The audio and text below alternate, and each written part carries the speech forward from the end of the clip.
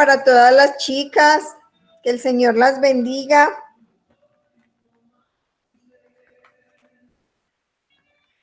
Igualmente para usted, doctora, muchas gracias. Bueno, esperemos un momentico porque es que apenas hay 18 conectados, entonces esperemos un momentico a ver si logramos tener toda el grupo.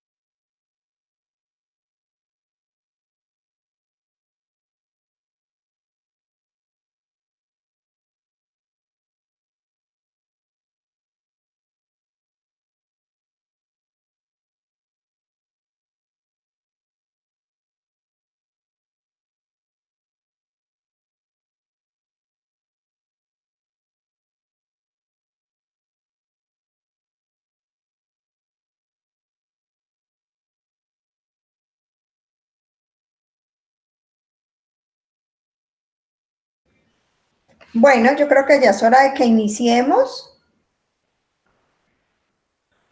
Hoy vamos a trabajar lo que es meiosis y cariotipos.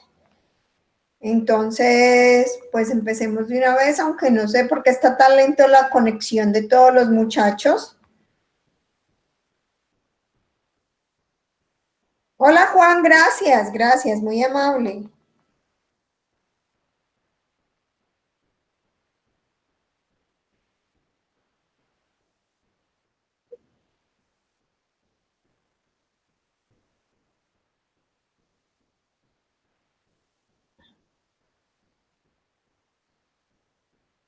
Ah, bueno, entonces esperémoslos un momentico. Esperémoslos pues un momentico. Gracias Juan, muy amable.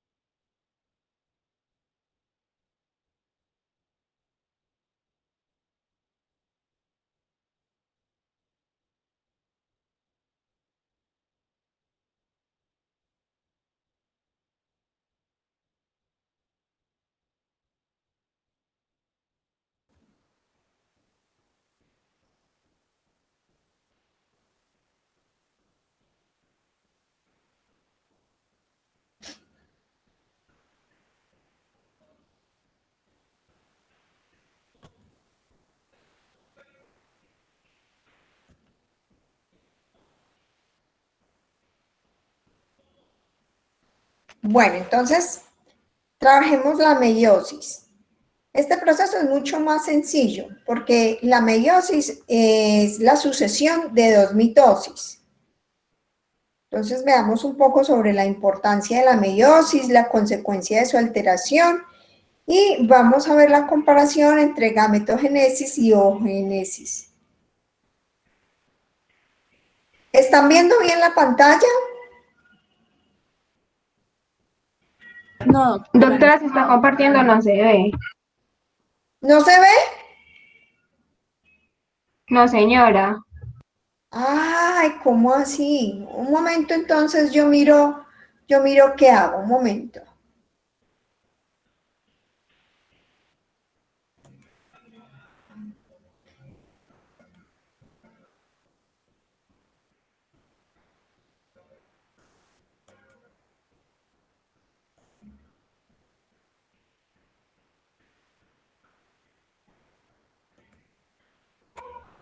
¿Ahora sí? No, doctora. No, doctora. Ay, no lo puedo creer, pero estoy haciendo lo mismo de siempre y yo lo pongo y pareciera que sí. Esperen a ver un momentico.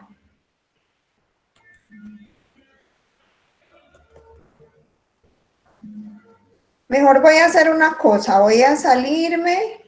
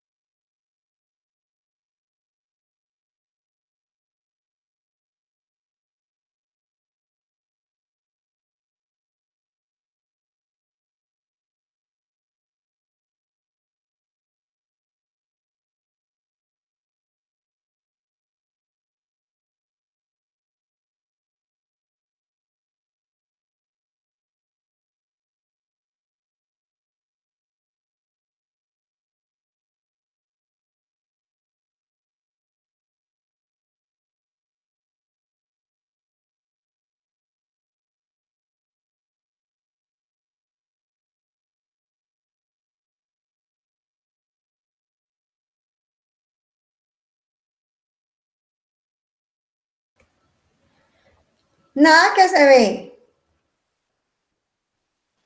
No, doctora. No, doctora. Me avisan, por favor, cuando se vea.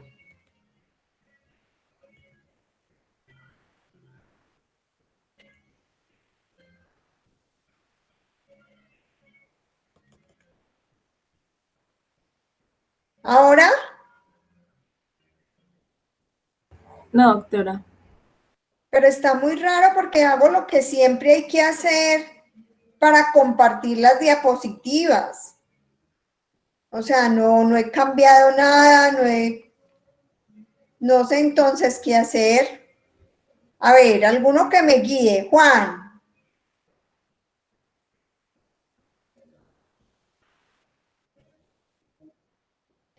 A ver, me voy, a ver, miren cómo lo estoy haciendo. Me voy a presentar ahora.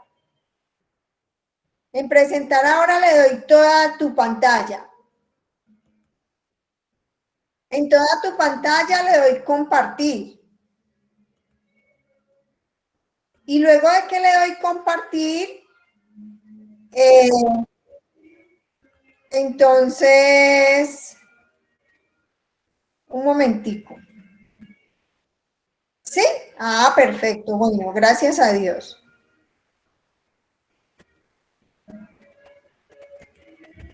Ahí ya se ve. Sí, doctora. Listo, muchas gracias. Ay, gracias por la paciencia, tan queridos. Bueno, entonces vamos a ver meiosis, importancia, consecuencias de la alteración y la comparación entre gametogénesis y ovogénesis. Si nos queda tiempo en la clase, entonces continuamos con el tema de cariotipos.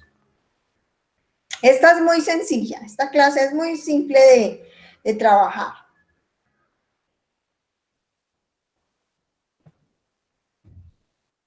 Pero qué extraño, no se deja pasar las diapositivas.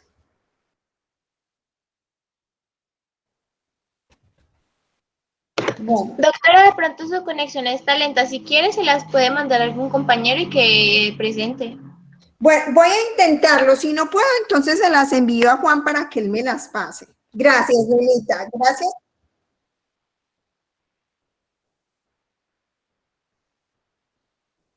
Ah, sí.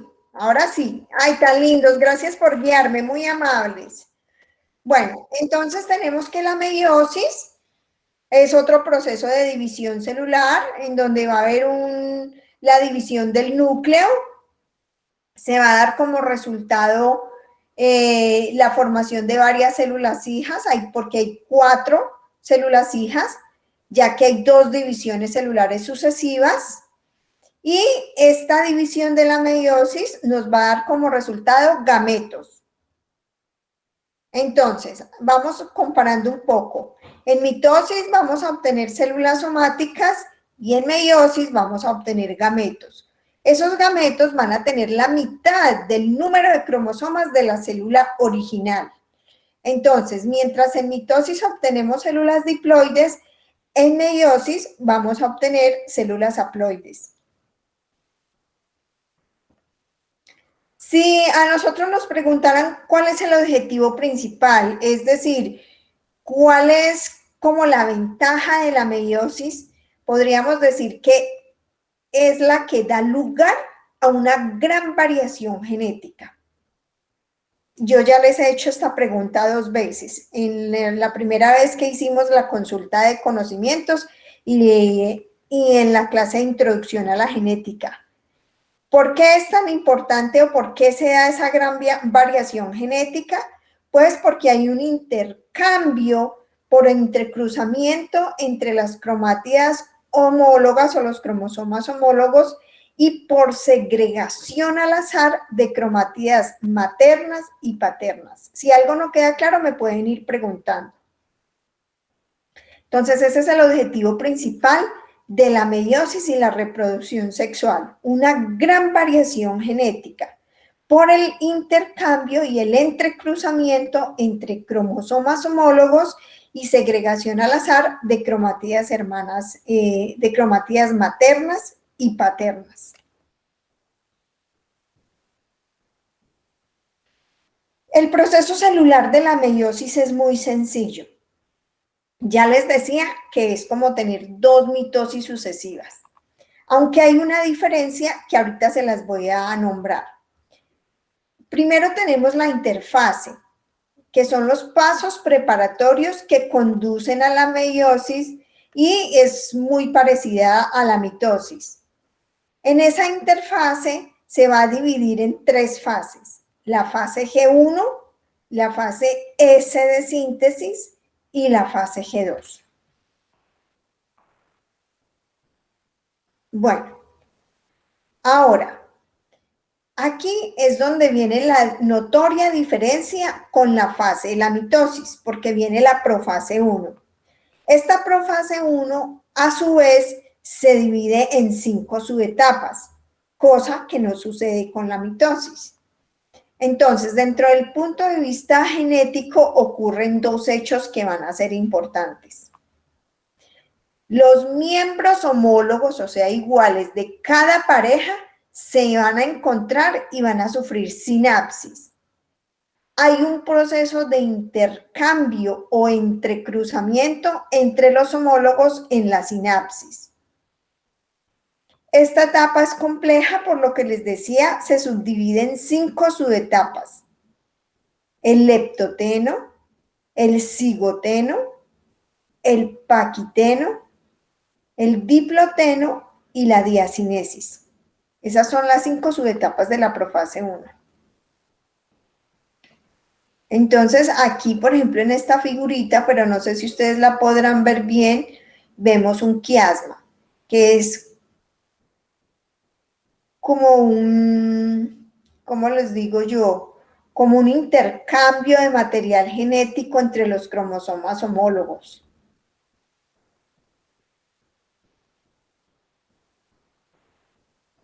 Entonces vamos a ver cada una de las subetapas. El leptoteno es cuando los cromosomas se hacen visibles. Aquí ya los vemos, a lo largo de ellos están los cromómeros, que son estas condensaciones que le dan la apariencia de collar a los cromosomas. Y a este proceso se le va a llamar la búsqueda del homólogo. El leptoteno es la búsqueda del homólogo.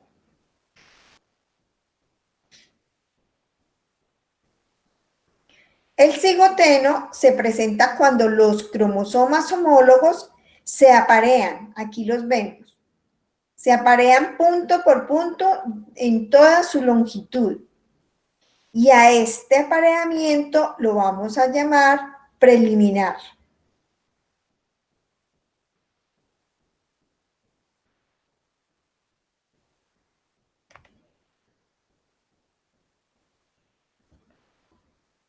Tenemos la fase del paquiteno. A ver, en el paquiteno los pares de cromosomas homólogos, que aquí están, hacen sinapsis. ¿Sí ven? ¿Sí ven el punto donde se hace la sinapsis? De tal forma que ellos comparten material genético entre ellos. Se puede observar que cada cromosoma tiene sus dos cromátidas. Aquí hay dos y aquí hay dos. Acá hay dos y aquí hay dos.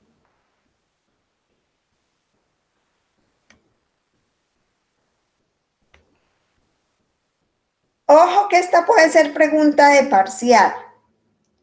Entonces, ¿qué pasa en el diploteno? En el diploteno, los bivalentes inician su separación. Aquí vemos, donde hay los puntos de quiasma. Ellos ya empiezan su separación. Aunque se mantienen unidos por estos puntos donde tuvo lugar el entrecruzamiento. Estos sitios, ya lo veíamos ahora, tienen el nombre, estas uniones donde se dan estos entrecruzamientos, tienen el nombre de quiasma. Y estos entrecruzamientos entre las cromátidas hermanas son una fuente importante de variabilidad genética. ¿Por qué? Pues porque se forman nuevas combinaciones en el material genético.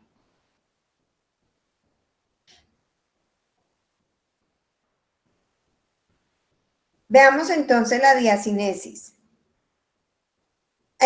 Aquí ya las cromátidas aparecen condensadas, aquí están, y empiezan a ubicarse en el punto metafásico, o sea, como sobre el plano ecuatorial. Permanecen de todas maneras los quiasmas, aquí los vemos, donde se producen la unión entre los cromosomas homólogos. Y aquí ya la envoltura nuclear pues ha desaparecido por completo. Dentro de la metafase 1, los cromosomas están como más corticos, más engrosaditos, y son visibles los quiasmas o puntos de recombinación genética. Ya cada tétrada de estas interactúa con las fibras del huso, que aquí están, facilitando el movimiento hacia la placa metafásica.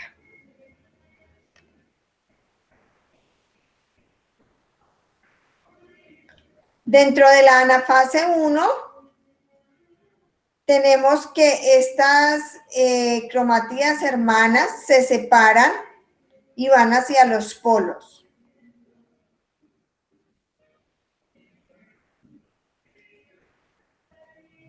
Resulta que este proceso es súper importante porque este proceso de separación de los cromosomas es la base física de lo que se denomina disyunción.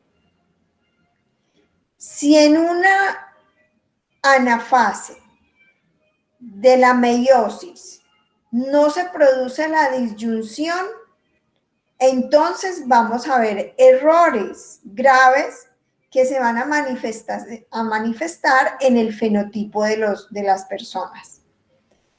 Entonces, lo que les decía, ocasionalmente se producen errores en la meiosis y no se consigue que esta separación se dé, a lo cual lo denominamos no disyunción. Cuando no se separa es no disyunción.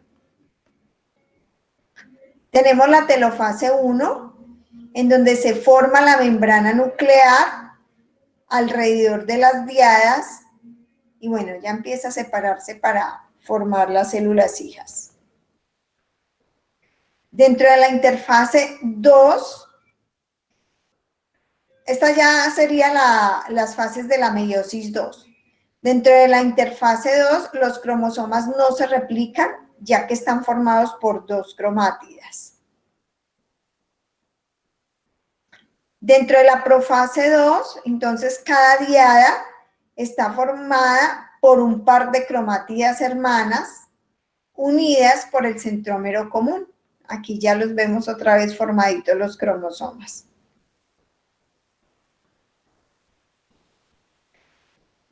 Chicos, denme un segundito que me están llamando de allá de la Universidad del Quindío. Un momentico.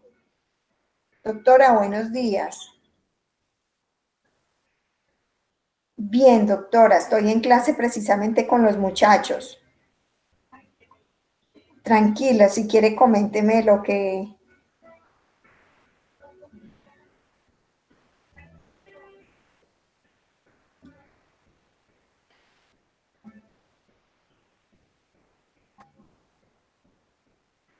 Sí, yo puedo cambiarlo. Sí, no hay ningún problema. Ah, bueno, entonces a partir de la semana entrante le aviso a los chicos. Ah, bueno, pero el mismo día. Pero lunes y viernes, ¿o qué días? De 11 a 1, bueno. Ah, perfecto. Bueno, doctora, con mucho gusto. Bueno, hasta luego. Buen día. Muchachos, excúsenme que me llamó la doctora Margarita. Mire, hay noticias. Me dice la doctora Margarita que ustedes tienen un docente de histología y que ese docente necesita el horario hasta las 11 de la mañana. Entonces, que si por favor podíamos correr nuestra clase de genética de 11 a 1. ¿Ustedes qué opinan?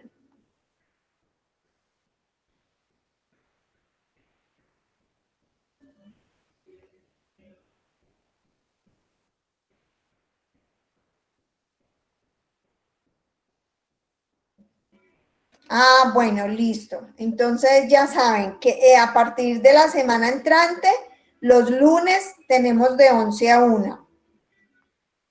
No a las 10, sino a las 11. Listo, doctora. Juan, ¿me están escuchando bien? Porque es que tengo una vecina con el equipo a todo volumen, entonces no sé si me están escuchando bien.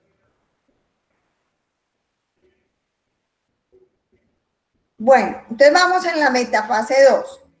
Dentro de la metafase 2 tenemos que los cromosomas se van a alinear a lo largo de la placa ecuatorial. En la anafase 2 vamos a ver que las cromátidas hermanas de cada diada se van a separar hacia cada uno de los polos. Aquí las vemos separándose. En la telofase 2 hay un miembro de cada par que está en cada polo. Cada uno es un cromosoma no duplicado y se denomina mónada.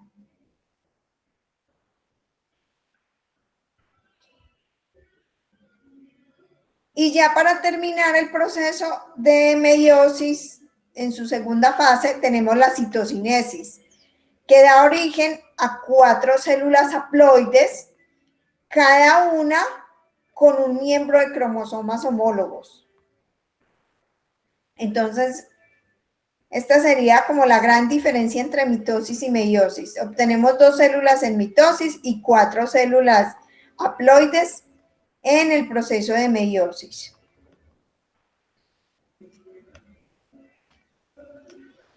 Así podríamos decir que al final de la meiosis no solo hemos conseguido un estado haploide, sino que ha habido un entrecruzamiento, donde cada mónada es una combinación de información genética del papá y de la mamá.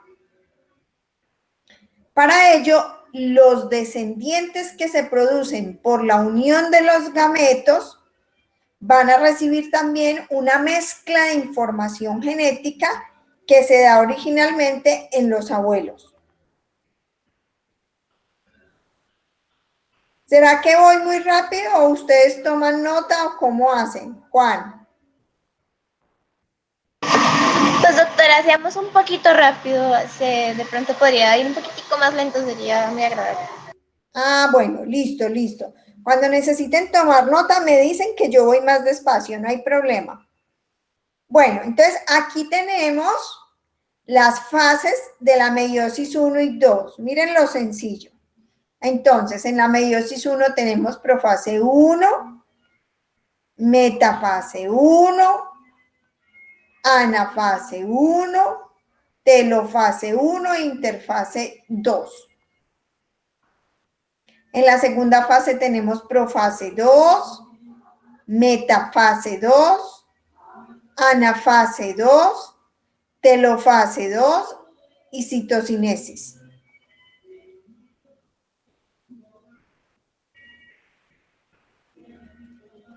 Por eso yo les voy como resaltando los aspectos principales o lo que podría ser que pregunten el parcial, para que ustedes tengan como una idea de dónde centrar un poco la atención.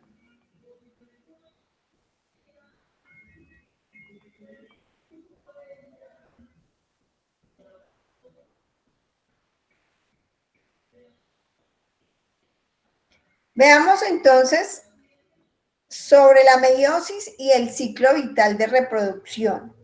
¿Cómo sería digamos, ese vínculo entre la reproducción y el ciclo vital y la meiosis? Tenemos entonces que la reproducción sexual pues se caracteriza por una fusión de dos células sexuales que son haploides. ¿Para qué? Para que se forme un cigoto diploide.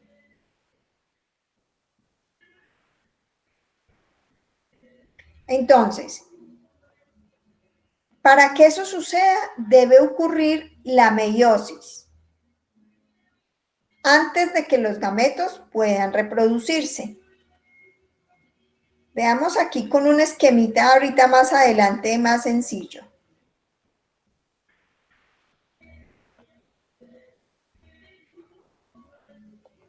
Así es como los óvulos, en la parte de ovogénesis, los óvulos se forman en el interior de los ovarios a partir de células sexuales que no son diferenciadas, llamadas ovogonias. Y este proceso se inicia a partir del tercer mes de desarrollo fetal, tiempo en el cual se incluyen dos etapas: el crecimiento de la ovogonia y la meiosis.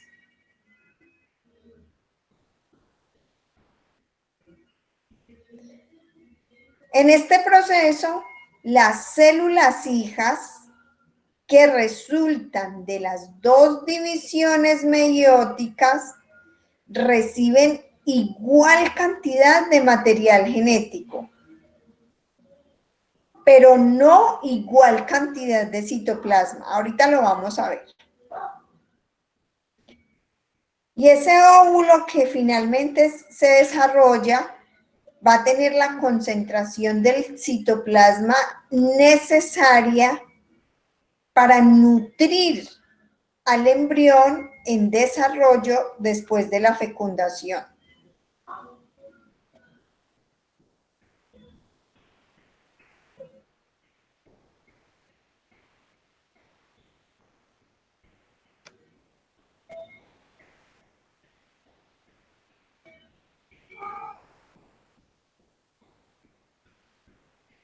Veamos aquí el esquema de la ovogénesis.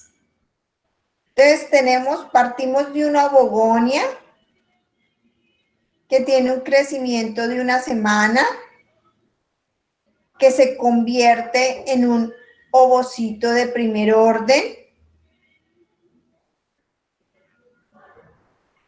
que va a sufrir ese ovocito una primera división meiótica, porque estamos hablando de gametos. Y después de sufrir esa primera división meiótica, obtenemos un ovocito de segundo orden y un primer glóbulo polar. Resulta que en este proceso de este ovocito vuelve y sufre una segunda división meiótica. ¿Y qué es lo que vamos a obtener? Pues vamos a obtener un óvulo o una ovótida y 3 glóbulos polares. Y ahora explicábamos lo que les decía aquí. Que la concentración de citoplasma de este óvulo maduro es necesaria para nutrir el embrión. O sea, por eso este óvulo es más grande. ¿Sí queda claro o tienen alguna pregunta?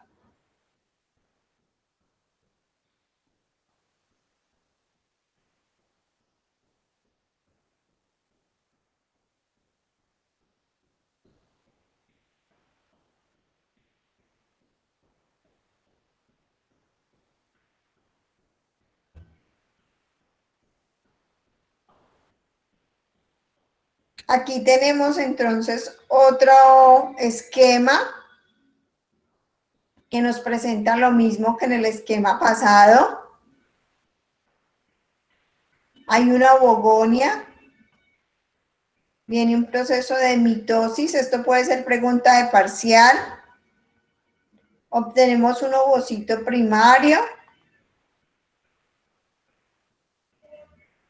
Aquí se viene a una meiosis 1. Obtenemos un ovocito secundario o cuerpo polar. Luego viene una meiosis 2. Y vamos a obtener un óvulo o 3 cuerpos polares.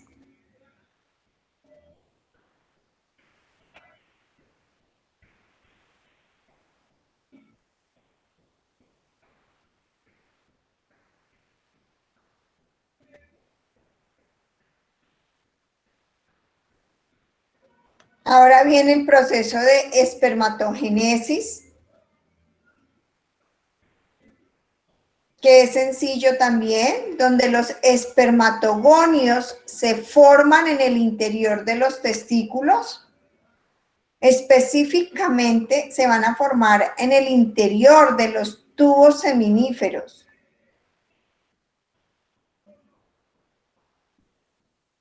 Allí va a haber un tapizado de espermatogonias, las cuales por meiosis se van a transformar en espermatozoides. Este proceso de espermatogénesis tiene una duración de 74 días y se efectúa en 3 etapas.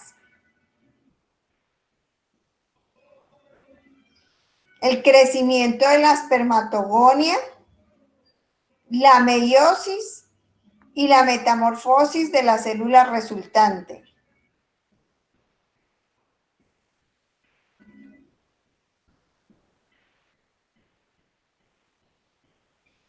Aquí tenemos el esquema de la espermatogénesis,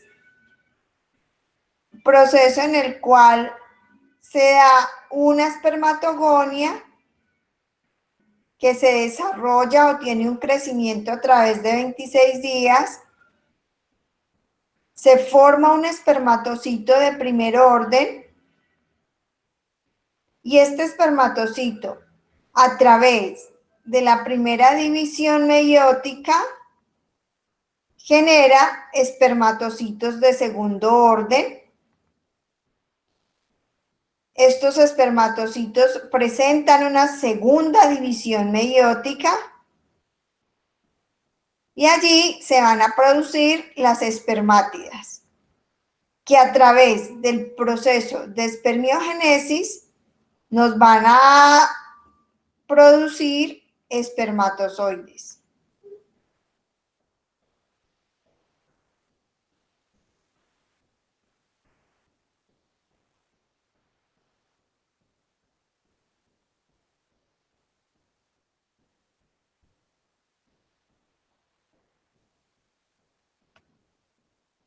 ¿Seguimos conectados, muchachos, que los oigo en tanto silencio? Sí, señora. Sí, doctora. Listo. Bueno, entonces aquí terminaríamos lo que es el proceso de meiosis, pues en la parte de reproducción sexual, pero hagamos este cuadrito, por ejemplo, es importante que lo manejen. La diferencia entre mitosis y meiosis. Entonces, cuando hablamos del número de divisiones celulares, debemos tener claro que la mitosis es una y la meiosis es 2 divisiones celulares. Cuando nos referimos al número de células formadas, en mitosis tenemos 2 células formadas y en meiosis tenemos 4 células formadas. Cuando hablamos del número de cromosomas en cada célula formada, pues tenemos que en la mitosis ese número de cromosomas es diploide y en la meiosis es haploide. Y el tipo de célula formada en la mitosis es somática, o sea que se refiere a las células del cuerpo que son completamente idénticas, y en la meiosis tenemos células sexuales. Si al final de toda esta clase ustedes recuerdan este dato de este cuadro comparativo, pues ya tienen claro mitosis y meiosis. O sea, básicamente estos son los 4 principales criterios que deben tener en cuenta.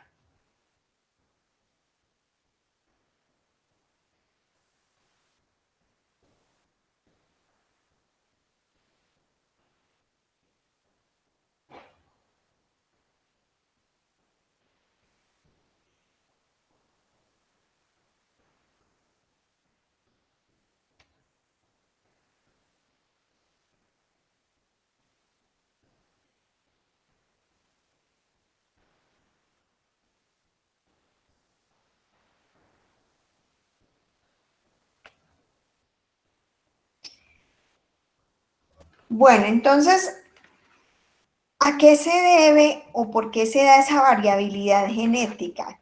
¿Por qué es tan importante que hablemos de variabilidad genética? Porque esa variabilidad es lo que nos permite que haya tanta diferenciación en todos nosotros y todos los seres que se desarrollan. Tenemos que ese proceso de meiosis es importante en los ciclos vitales. ¿Por qué es tan importante? Porque reduce el número de cromosomas a la mitad. Es decir, si nosotros tenemos una célula diploide, una célula somática que es diploide de 46 cromosomas en el ser humano, a través del proceso de meiosis se van a formar células haploides, o sea, células que en el cuerpo humano sería de 23 cromosomas.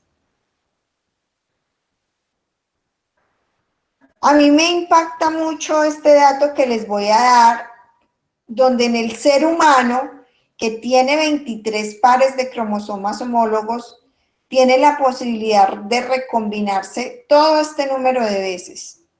8.388.608 combinaciones. Con este número de recombinaciones podemos entender entonces por qué todos somos tan diferentes y hay tanta diversidad humana.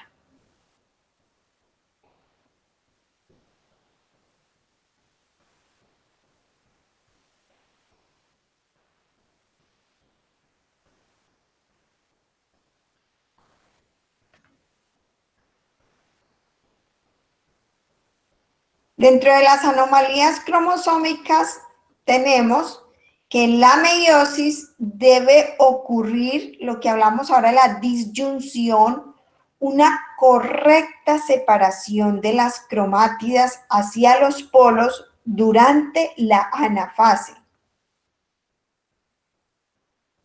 Lo que llamamos disyunción meiótica. ¿Por qué? Porque es tan importante.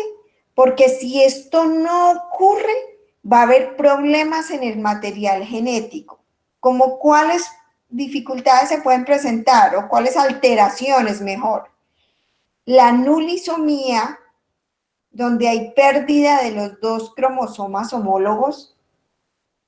La monosomía, donde se presenta un solo cromosoma sexual, como en el síndrome de Turner. Y la trisomía, como por ejemplo el síndrome de Down, donde observamos 3 cromosomas 21. Entonces ya saben, si no hay disyunción genética, vamos a ver problemas en el material genético a través de la nulisomía, la monosomía y la trisomía.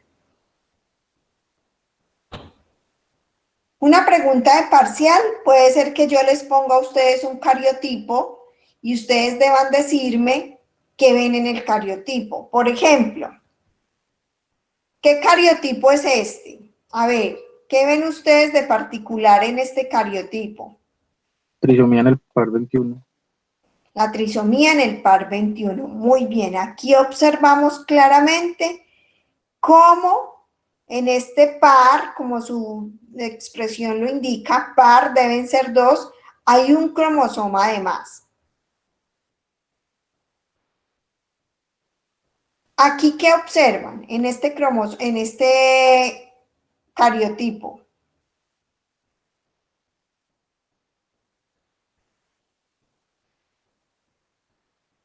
Monosomía. ¿Dónde? Falta un cromosoma X. Falta un cromosoma X. Muy bien, muchachos. Eso es lo que necesito, que ustedes analicen los cariotipos para que puedan saber qué enfermedad es la que se presenta. En Turner tenemos un cromosoma X y la ausencia del segundo cromosoma. Ahorita les muestro también otros cariotipos para que ustedes les quede como más claro. Bueno, ¿hay alguna pregunta hasta ahí?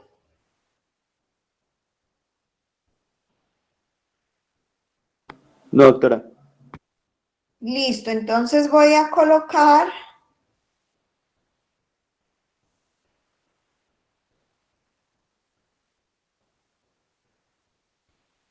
la clase de cariotipo.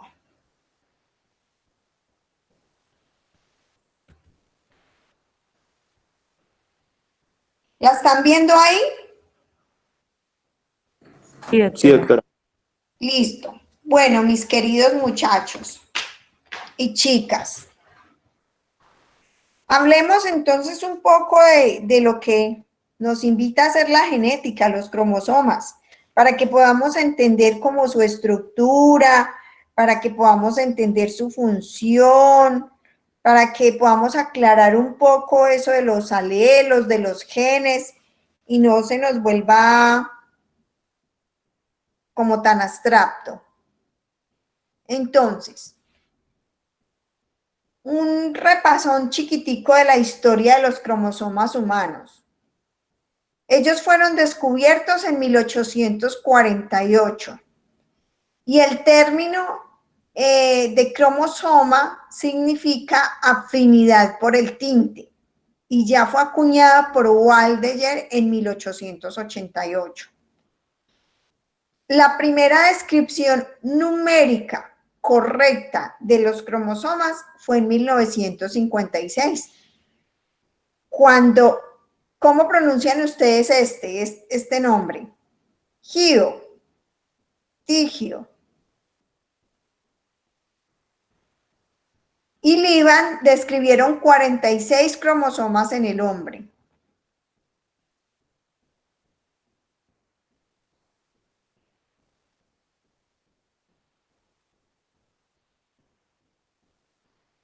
Veamos entonces un poco la estructura del cromosoma, que esto creo que una de las compañeritas me preguntó algo una vez y yo le dije que más adelantico lo veíamos. Entonces, la estructura del cromosoma es la siguiente. En el punto 1 hay un enrollamiento primario de la doble hélice de ADN sobre sí misma. Aquí lo tenemos. Hay un enrollamiento primario de la cadena de doble hélice sobre sí misma. Aquí está.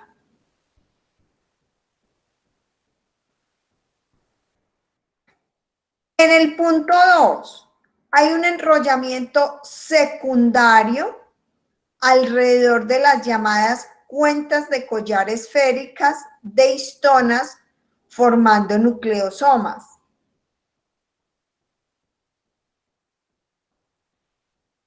Ya vuelvo a esa diapositiva.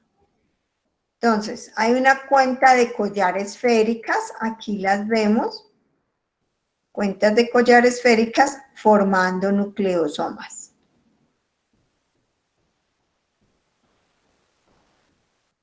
En el punto 3, hay un enrollamiento de los nucleosomas para llegar a formar la fibra de cromatina. Veamos eso en la figurita. Entonces aquí tenemos. Hay un enrollamiento que va a formar las fibras de cromatina. ¿Qué más se observa? Un enrollamiento en el punto 4 que va a formar loops. Veamos aquí en la figurita, entonces, ¿cuáles serían esos loops? Aquí están formados. Enrollamientos en forma de loops.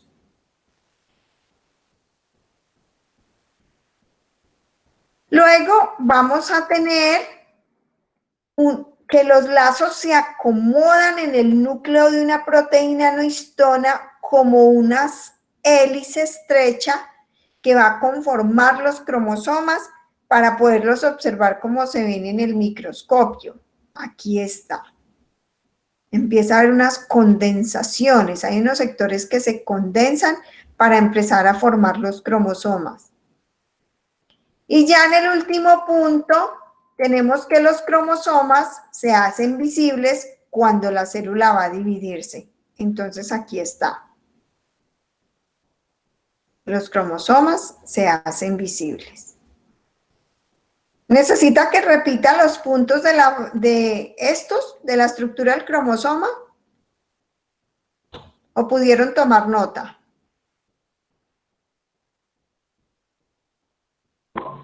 Pues yo pude tomar nota, doctora, no sé los demás. Bueno.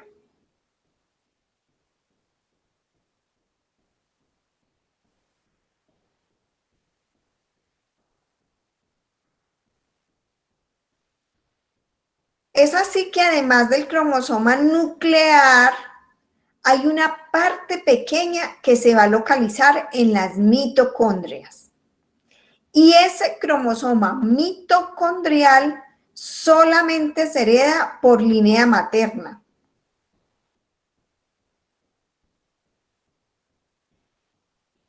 Contiene DNA circular y codifica para 37 genes que pueden sufrir mutaciones.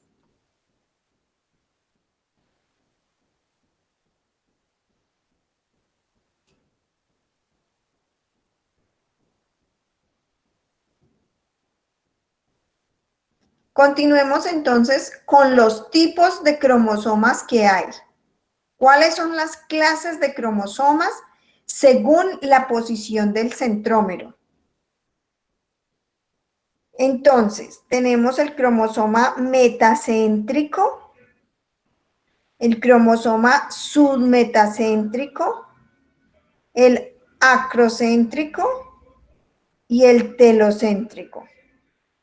Ya vamos a definirlos cada uno con sus brazos P y Q.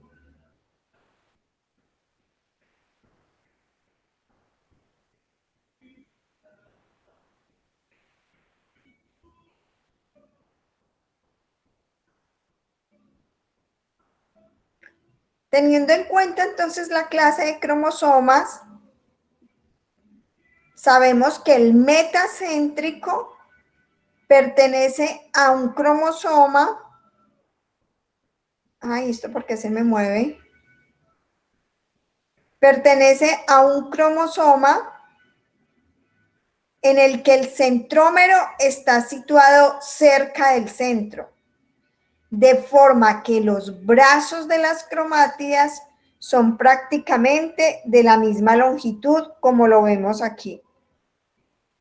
El centrómero está en la mitad de todo el cromosoma, por eso se le llama metacéntrico. El submetacéntrico es el centrómero del cromosoma, es cuando el centrómero del cromosoma está situado de forma que un brazo es ligeramente más corto que el otro. Entonces, en el submetacéntrico, Los brazos son ligeramente más cortos unos que otros. El cromosoma acrocéntrico tiene el centrómero más cerca a uno de los telómeros, por lo que un brazo es muy corto y el otro es largo.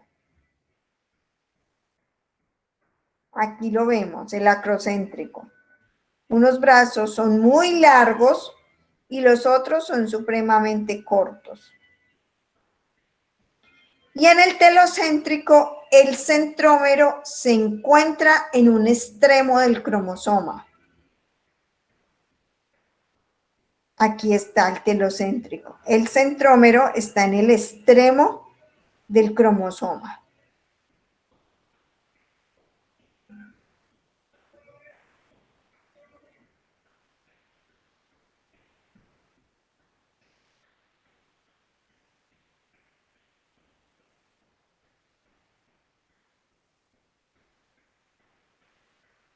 Teniendo claro esto, entonces podemos entrar a hablar del cariotipo humano.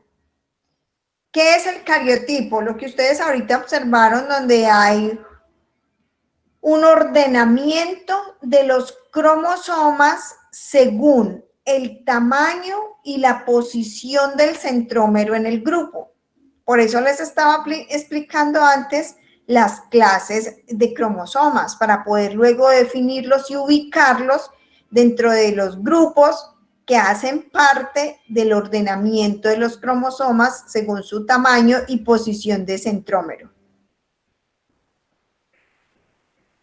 El cariotipo va desde la letra A hasta la G y se organiza en pares desde el 1 hasta el 22. Y se agregan además los cromosomas sexuales. En el grupo A, por ejemplo, tenemos los cromosomas del 1 al 3. Y son metacéntricos o submetacéntricos. En el grupo B tenemos los cromosomas 4 y 5, que son submetacéntricos. En el grupo C tenemos los cromosomas del 6 al 12, los pares del 6 al 12 y el X, que son submetacéntricos. En el grupo D tenemos los cromosomas o los pares del 13 al 15 y son acrocéntricos. Y en el grupo E tenemos los cromosomas del 16 al 18 y son submetacéntricos.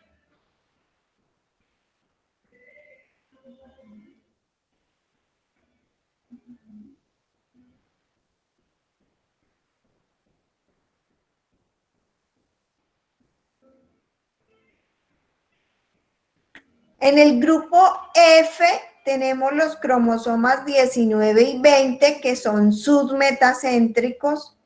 Y en el grupo G tenemos los cromosomas 21, 22 y el cromosoma Y que son acrocéntricos.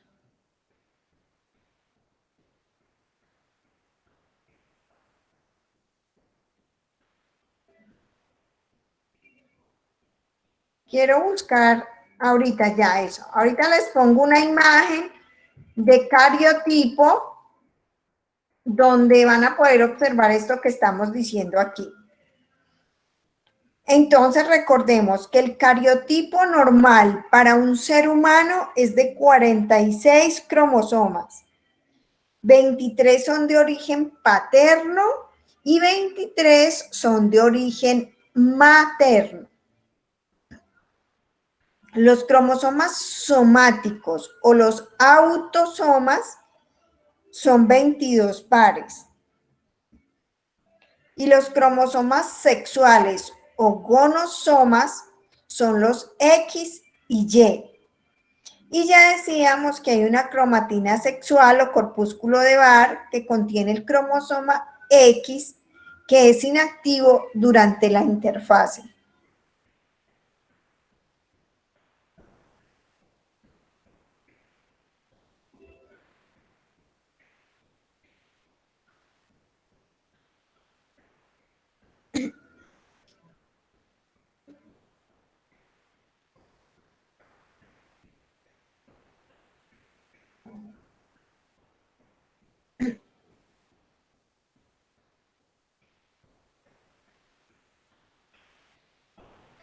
Dentro de los cromosomas sexuales tenemos que está el cromosoma X y el cromosoma Y.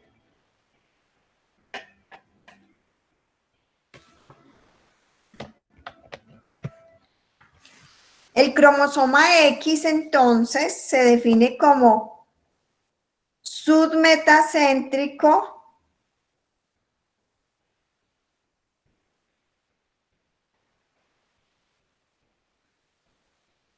contiene una región homóloga y una diferencial en la cual se van a ubicar los genes ginándricos, es decir, los genes que tienen características femeninas.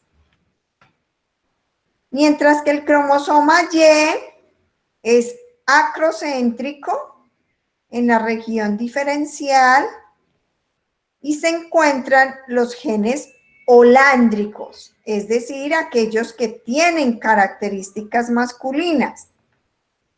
Un ejemplo de un gen holándrico es el SRY.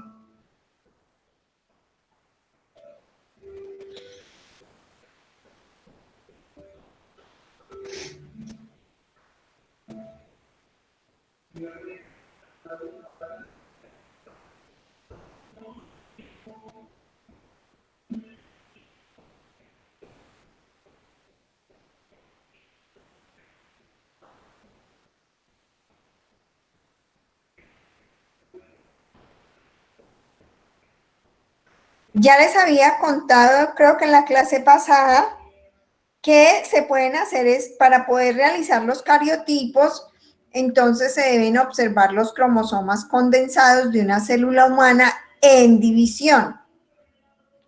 Y se pueden analizar en sus metafases o en sus prometafases. Y en esas dos etapas vamos a poder observar cromátidas hermanas unidas por un centrómero. Si detenemos la célula en su división metafásica, entonces vamos a poder sacar cada uno de los pares de los cromosomas. Para finalmente obtener ¿qué? Obtener una secuencia, una organización de ellos, como la vamos a ver enseguida.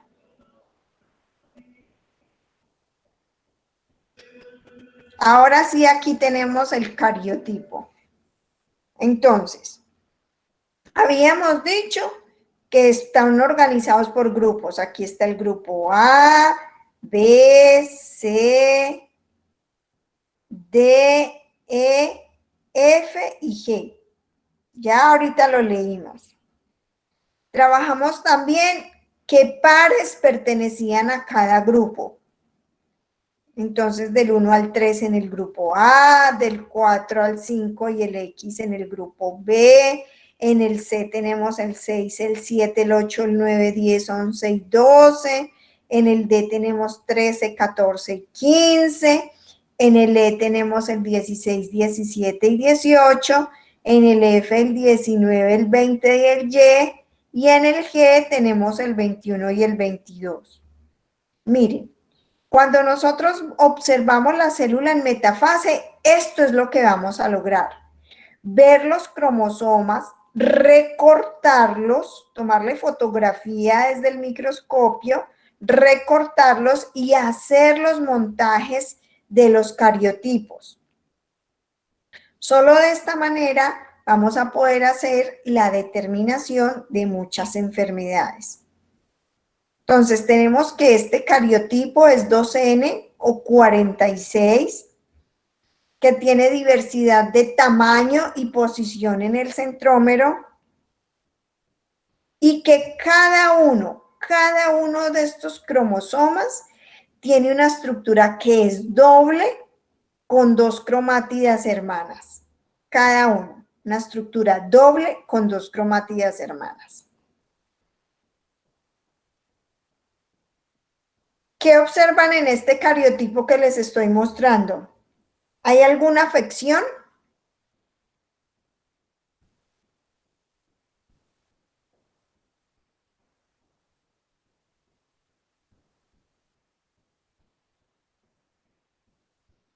No, doctora. No, muy bien, es un cariotipo normal. Entonces eso podría pasar en el parcial también, que no necesariamente el cariotipo que les ponga sea un cariotipo alterado. Por eso deben ser muy observadores, por favor. Por favor. Sigamos entonces con el cromosoma y cómo un gen está incluido dentro de un cromosoma. Entonces, en cada porción de un cromosoma, y este es el cromosoma completo, existe información sobre un carácter.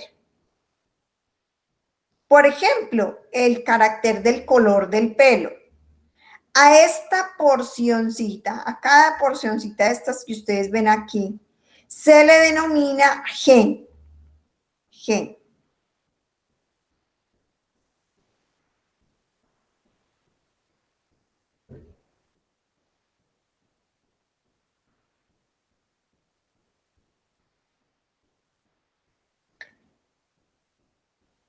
En un cromosoma pueden existir multitud de genes diferentes. Miren, acá está el cromosoma y miren toda la cantidad de genes que pueden existir.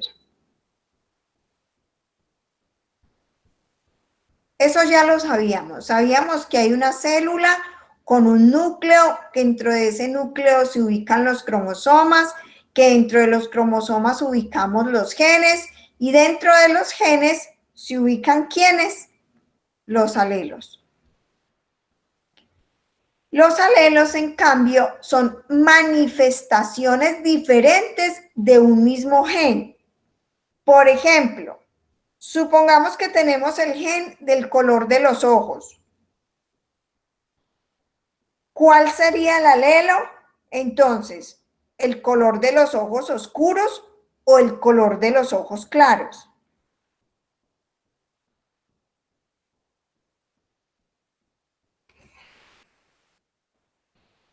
Son como las variantes.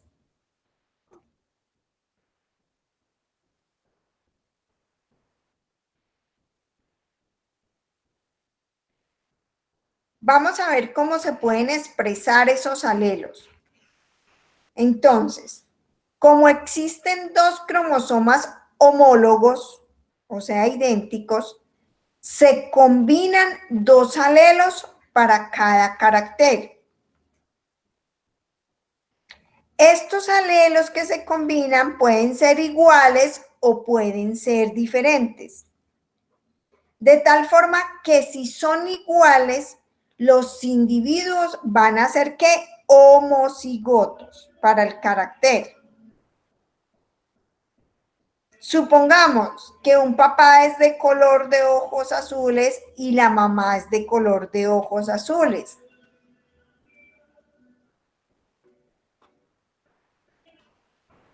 Entonces tenemos una homocigosis.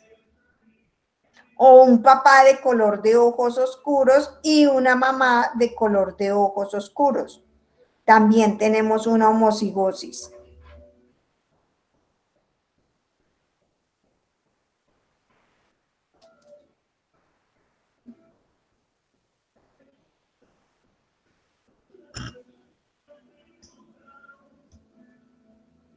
Sin embargo, hay expresión de los alelos que pueden ser diferentes y a esa expresión de diferencia se le van a denominar heterocigotos para ese carácter.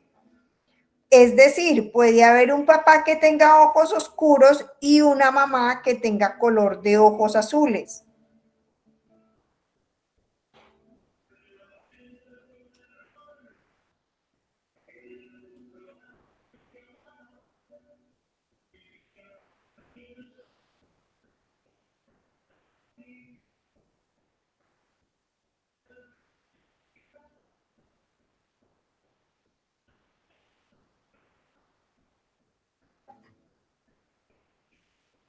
Teniendo claro eso, entonces veamos un poco de simbología citogenética. Para poder leer, sobre todo en los libros, utilizan mucho esta simbología. Entonces, cuando vemos esta imagen, significa cromosoma, el número del cromosoma, del 1 al 22. El cromosoma X, el cromosoma Y, el P es el brazo corto y el Q es el brazo largo. Cuando hay un más, lo que nos está ejemplificando es la adición de un cromosoma. Por ejemplo, más 21 significa cromosoma 21 adicional, como en el caso del síndrome de Down. O cuando dice 13P más, habla de la duplicación parcial de la región de este cromosoma.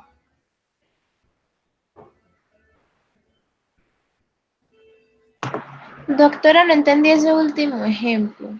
¿No lo entendió mi niña? No, doctora, el de 13P más. Mira, nenita, ya vimos que el cromosoma está conformado como por regioncitas que se llaman genes, ¿cierto? Entonces, cuando hablamos del 13P más, nos está diciendo que esa región 13 o ese gen 13 está duplicado en el brazo corto. Ah, listo, doctora, ya entendí. Muchas ¿Sí? gracias. Bueno, nenita, con mucho gusto.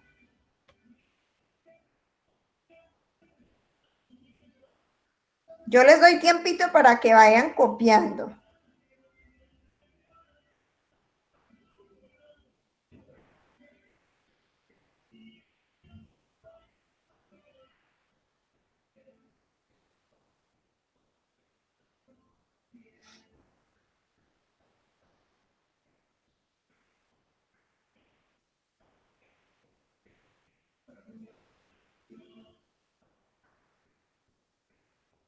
Dentro de esta simbología genética, también tenemos el ejemplo de menos 21, que significa como la pérdida o la disminución del cromosoma 21. Muchachos, ¿me excusan un momentico, un momentico? Sí, doctora, bien Tranquila, puedo. doctora. Un momentico.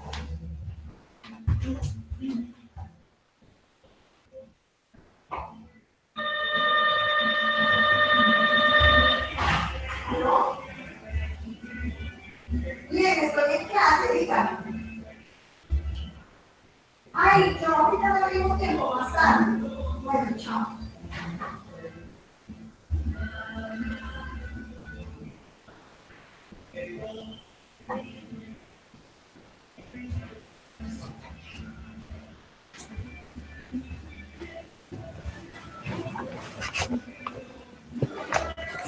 Bueno, entonces estamos viendo la simbología genética. Mi Dios les pague darme ese tiempito que me sonó el citófono. Bueno, entonces tenemos que el menos significa como restarle un cromosoma al par del que se está hablando. 5P menos significa una pérdida del brazo P del cromosoma número 5. Ya habíamos dicho que el brazo P es ¿qué? El brazo corto, ¿cierto?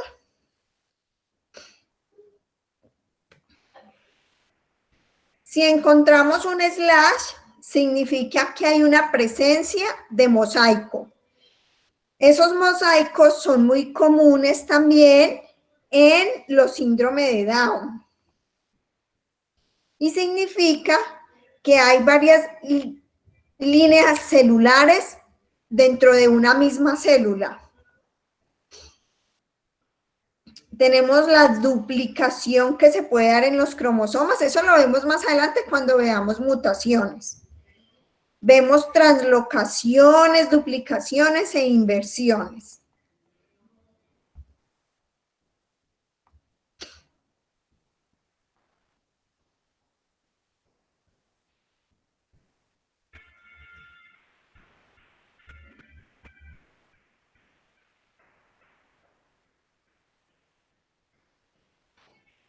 Veamos entonces el análisis cromosómico.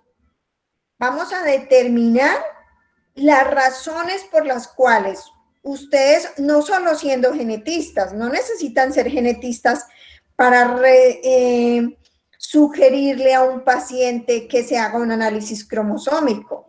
No, ustedes como médicos también pueden recibir pacientes que bajo estos criterios que les voy a dar, ustedes remitan a un análisis cromosómico. Entonces, ¿a qué se refiere el análisis? A un procedimiento diagnóstico sistemático para la evaluación de fenotipos y hallazgos clínicos inespecíficos. Tranquilo que yo les doy tiempo para que copien. Entonces, ¿en qué situaciones debemos hacer un análisis cromosómico? Es decir, ¿cuándo debemos mandarle a un paciente un cariotipo? Entonces, uno, cuando se den problemas en el crecimiento y desarrollo temprano de la persona o del bebé.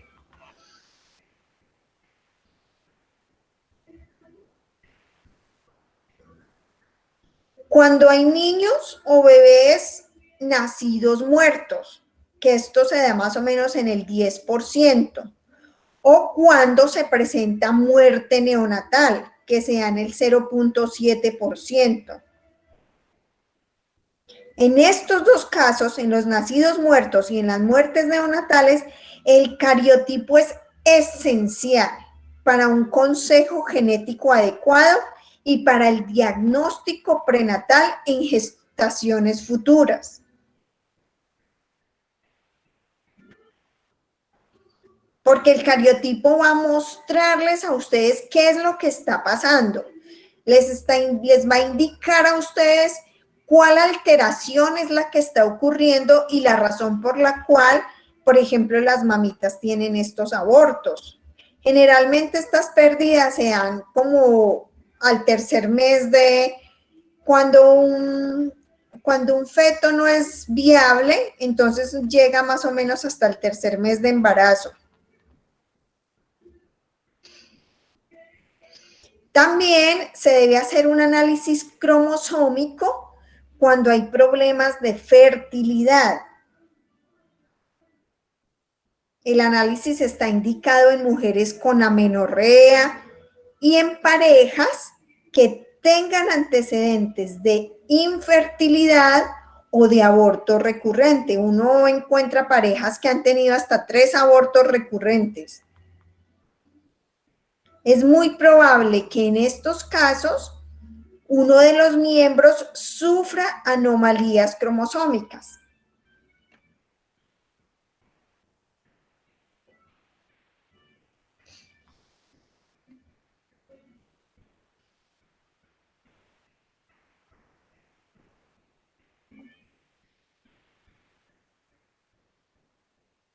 ¿En qué otras circunstancias se debe hacer análisis cromosómicos? Cuando hay antecedentes familiares. Es decir, para la detección o la sospecha de una anomalía en un familiar de primer grado. ¿Cuándo más sugerimos un análisis cromosómicos? Cuando hay la presencia de tumores, ya que los cánceres están asociados a una o más anomalías.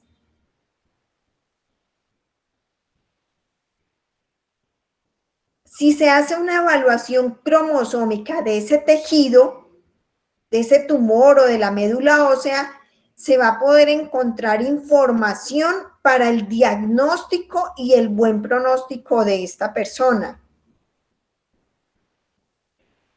Y finalmente, podemos enviar un análisis cromosómico en mujeres que tienen una edad avanzada, que están embarazadas, teniendo una edad avanzada.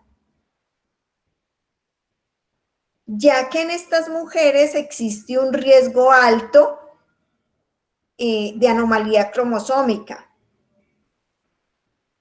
más o menos en mujeres que tengan entre 30 y 35 años.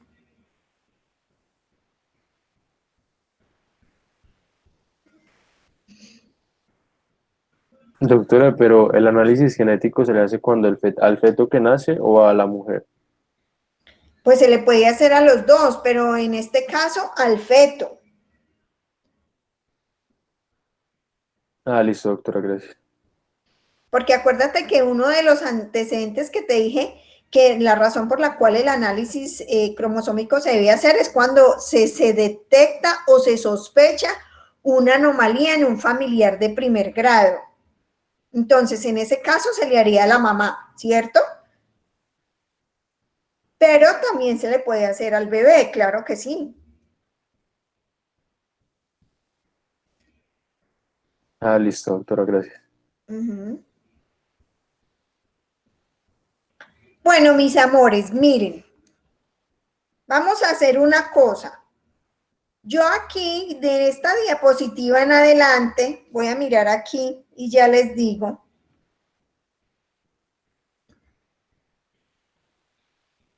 A ver, voy a ponerles esta. Entonces, vamos a ver. Decíamos que este cariotipo es un síndrome de Turner y que tiene solamente un cromosoma X. Entonces, ¿cómo se le llama esto? Monosomía. Monosomía. Muy bien. Listo. Ahora vamos a ver este cariotipo. Síndrome de Down, trisomía. Síndrome de Down porque hay una trisomía en el par 21. ¿Listo? Muy bien. Ahora veamos este.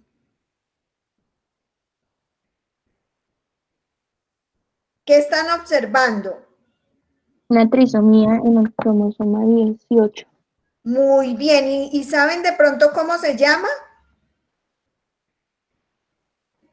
Bueno, cuando tenemos una trisomía en el síndrome 18, estamos hablando de un síndrome de Edwards. Un síndrome de Edwards. Edwards es con W. Aquí tenemos un síndrome de Patot, que es una trisomía, ¿dónde? ¿En qué par? En el 13. En el 13. Muy bien. Una trisomía en el 13. ¿Qué tenemos aquí entonces?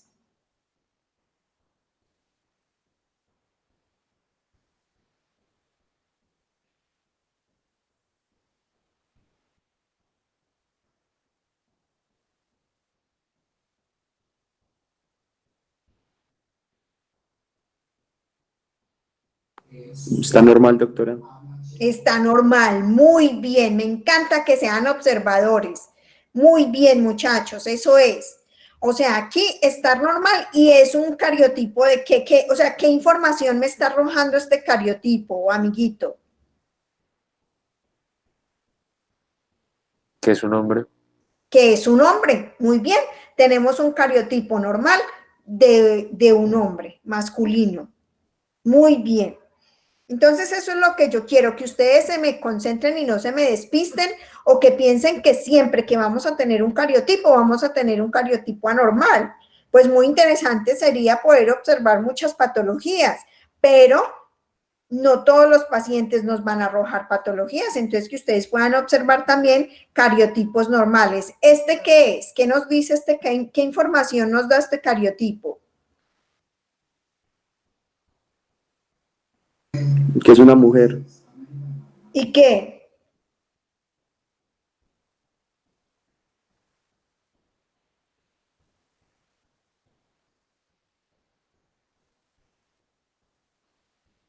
Y le falta un cromosoma sexual. No, señor, yo veo los dos X Ahí ahí. están los. Aquí están los dos X. Obsérvenla bien, bien, bien, bien. Miren cada par. A ver, En el par 1 hay como un... Es que no sé cómo. palito diferente al resto. Muy bien, muy bien. Eso es lo que quería que encontraran. O sea, esta es una mujer que podría ser que tenga un cromosoma X. Ah, pero este no es X, es 1. Como con una delesión, como con una ruptura en el par 1. ¿Sí ven que se ve un puntico? Se ve un pedacito del cromosoma aparte. Bueno, este se los dejo de consulta. Van a mirar a ver qué podría ser este cariotipo. Bueno, mis muchachos, resulta que dentro de la clase tenemos desde la diapositiva 23 hasta la diapositiva 39, ya les voy a mostrar qué es lo que tenemos. Yo les traje cromosomas y su asociación a enfermedades si se dan mutaciones. Entonces, como son muchos, el cromosoma 1, el 2, el 3, el 4, el 5, el 6, el 7, el 8, el 9, el 10, el 11, el 12, el 13, el 14, 15, 16, 17, 18, 19, 20, 21, 22, X y Y. Entonces, ¿qué van a hacer ustedes? Yo les voy a compartir esta clase. Yo les envío con Juan las diapositivas ahorita mismo. Y ustedes, que son tan juiciosos, van a revisar todos estos cromosomas. Pero para el parcial solamente van a tener en cuenta los cromosomas que producen, al ser mutados producen cáncer. Ahí está la información dentro de cada cromosoma. ¿Sí les queda claro? Sí, doctora. Por ejemplo, en el cromosoma 1, cuando en el cromosoma 1 hay mutaciones, se presenta Alzheimer, Gaucher, cáncer de próstata, glaucoma y porfiria cutánea tardía. O sea, que este cromosoma ustedes sí lo van a tener en cuenta porque produce cáncer de próstata. ¿Listo? Pero miremos el cromosoma 2. El cromosoma 2, cuando presenta mutaciones, se puede ver cáncer de colon o Parkinson o anemia Fanconi. Entonces, este también lo tienen en cuenta porque presenta cáncer de colon. Pero miremos el cromosoma 5, por ejemplo.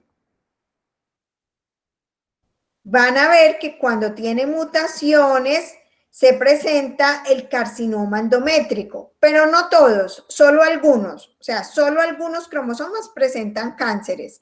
Entonces, ustedes por favor repasan los cromosomas para el parcial y solo tienen en cuenta los que presenten cáncer. ¿Listo? Los demás no, los demás es como una información que yo les doy. Listo, doctora.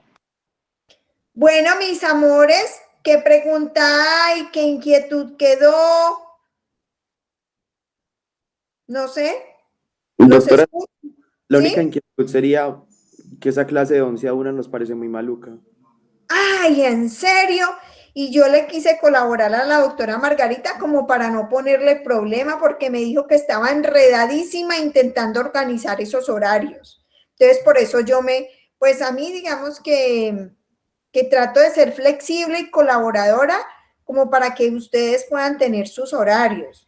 No, sí, doctora, o sea, si hay que hacerlo, pues se hace, porque pues hay que cuadrar los horarios, pero o sea, si hay alguna forma de que sea de 10 a 12 como siempre ha sido, sería pues mejor. Sí, Camilo, doctora, mira, hagamos una cosa. clase a las 2. ¿Cómo, Michael? O sea, salimos a la 1 y solo tenemos 1 hora porque ya tenemos clase a las 2 también. Ay, ¿qué hacemos, muchachos?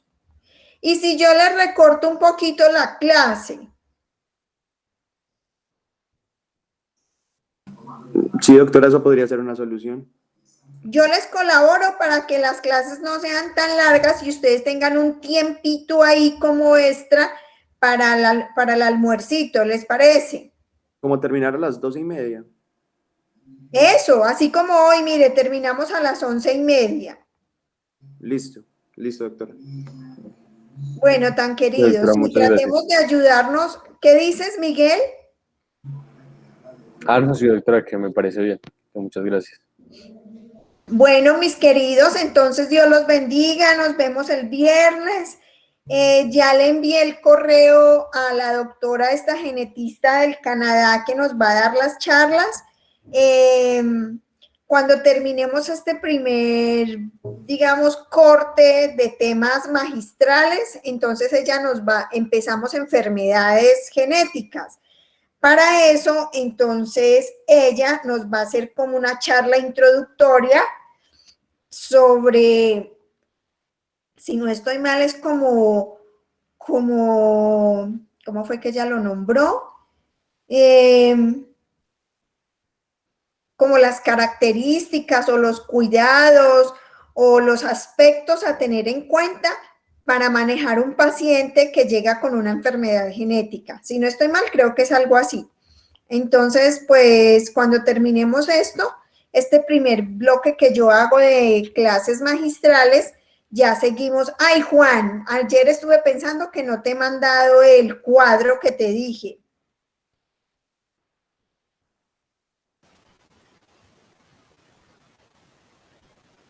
Juan no está por ahí. Listo, entonces yo trato, Juan, aunque voy para la Universidad del Quindío a las 2, pero si en la tardecita puedo, lo hago y te lo envío, ¿listo? Para que le organicemos a los muchachos todos los temas. Bueno, entonces les agradezco mucho que estuvieron en clase, que estuvieron tan colaboradores, tan atentos, y si Dios quiere nos vemos el viernes. Buena tarde, muchachos. Gracias, doctora. Gracias, doctora. Gracias, Feliz día. Buen día.